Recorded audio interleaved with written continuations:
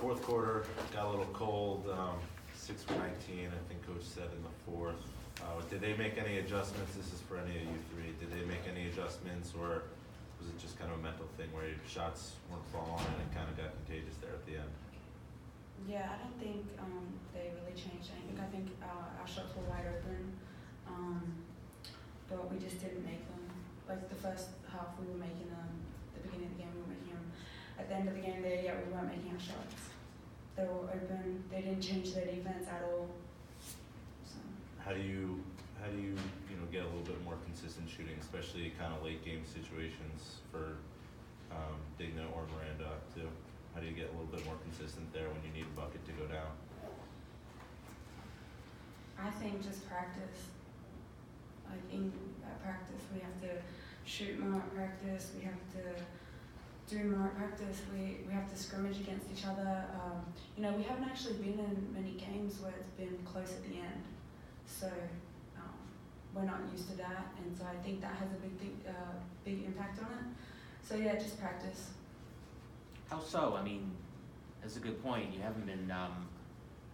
That's good because we're winning some games big. But where does that show if you're not in games close at the end? Because you're poised, and where do you think that shows the most? What do you mean? You said you haven't been in a lot of close games at the end. What does that mean? What did that mean tonight, do you think? Like, did it hurt you, or? Well, I think that was the consistency. Maybe like there's like more stress maybe or something like that comes up in those kind of situations. And so we just have to like keep our mind right, I guess. Coach Q mentioned, this ranked team coming in here. It's got a lot of games left, but as far as getting that maybe a tournament game at home, beating teams like this is so crucial. It isn't like you don't have more chances, but he felt like maybe this is one that kind of got away for any one of you. Do you kind of concur like that was really a great chance that was missed? Yeah, for sure. We should have had that. They're missing two of their good players. They don't really have a point guard. We should have won. Yeah, I feel like, NC State, we've been following this team throughout the season. We've been preparing. We knew we knew how good this team was, and I feel like the end of this game came down to who was like the more aggressive team, and like the stats show, I mean, a lot of them went to the free throw line. We were fouling. We weren't playing the defense that we should have been. We weren't moving our feet, and we just didn't get the result we wanted. Miranda, you said you guys were following the team with Scotland all season. Did anything surprise you that could have contributed to the loss, or was it just the aggressiveness and the fouls, do you think, did it? I don't think anything really surprised me because we knew that they're an aggressive team coming in. They're post players. They were doing a lot underneath. They were drawing the fouls. They were making the majority of their shots. And no, we expected this game, but not the result. Didn't know you were down low for most of the game. How difficult was it? Them putting so much pressure, getting to the rack, and their big 33. How difficult was it to defend against that kind of attack offensively?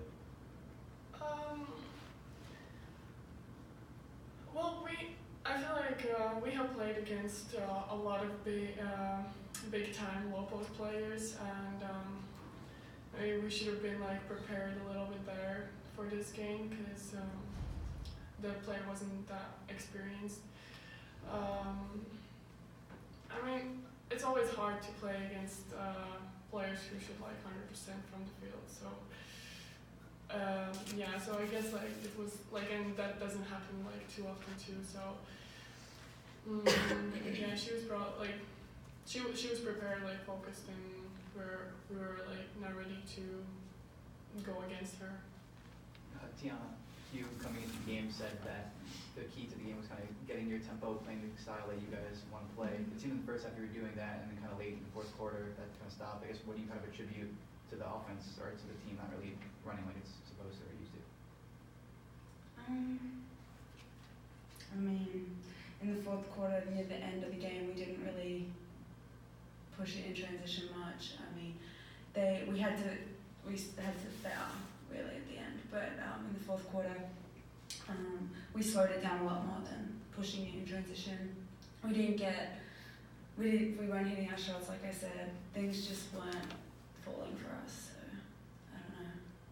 Throughout the game, would Hugh, in this behavior, would he give you kind of like this tips like, hey, we want to push, we want to run more, and try to really break the slow pace of the game that they were trying to enforce?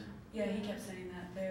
They like to play in the 60s. Most of their games, they only score around 60 points, and they like that slow tempo game. And he told us that, I think, third quarter. He told us that this is how they like to play, and we need to push them and keep running because they're going to get tired. Like, they only played, 7 players? Wait, I don't know. Yeah. Seven players. So, yeah, we just had to push through that adversity. A lot of us were tired. We almost pressed the whole game. And so I think that had a big toll on us as well at the end. You mentioned being tired. We're used to this from now. You're at the end of the game, your face is all red, you're huffing and puffing, you're falling, you hold your elbow, you're stealing the ball, making bad-certain shots. Just take us to that mentality when I think they were up by 5 or 6 late, and boom, it's so tied. Take to that last surge and kind of what was going through your mind. Yeah, I just, through my mind was, we needed to stop. They kept scoring. Every possession, they were scoring. So we had to get a stop. And then we had to score. In my mind, I just wanted to lock down on defense. I wanted to guard number 11. I didn't want her to score every time. I wanted to guard her. We needed to box out too. Their bigs are great rebounders. And so just lock down defense, pushing it in transition at the end there, trying to get those steals for us to...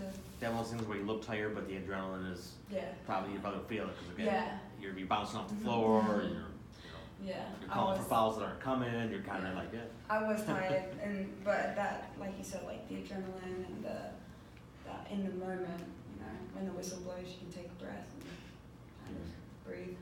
But in the moment, it's very adrenaline. I just want to get the ball and push and help the team. For dinner, Tiana, your bench kind of struggled today, 7 for 26. How much of an impact do you think that was in loss? Like putting more pressure on you got to score and play more minutes? Yeah, a lot, Kiki played, yeah. Wait, they had 18 points, is that what that says? Yeah. Oh, okay. Wait, sorry, can you repeat the question? Just like shooting-wise, they went 7 for 26. The bench did. You played 38 minutes, then you played 34. So, like, how much of an impact do you think that made on you guys playing more minutes and having more of an offensive load? Yeah, a lot. Okay, so yeah, especially with pressing the whole game, and obviously when we get a bit more of a rest throughout the game, it helps us in the end of the game. And but coach obviously has trust in us, and he believes in us to be out there on the court, and I guess we just couldn't get the win. One more question? Tiana, Coach Hugh he hasn't been shy about what the team's goals are this year, specifically hosting postseason games. Is that something you still feel is obtainable? Yeah, for sure. Especially when we have a Florida State, Notre Dame game. I'm still excited for those games. I love playing against great teams. And I think, if we can get those wins and beat the teams that we're supposed to beat, and like Wake Forest coming up, we play Pitt again, those kind of games, if we can get those and beat Notre Dame and beat Florida State, then I'm sure it'll look good for us.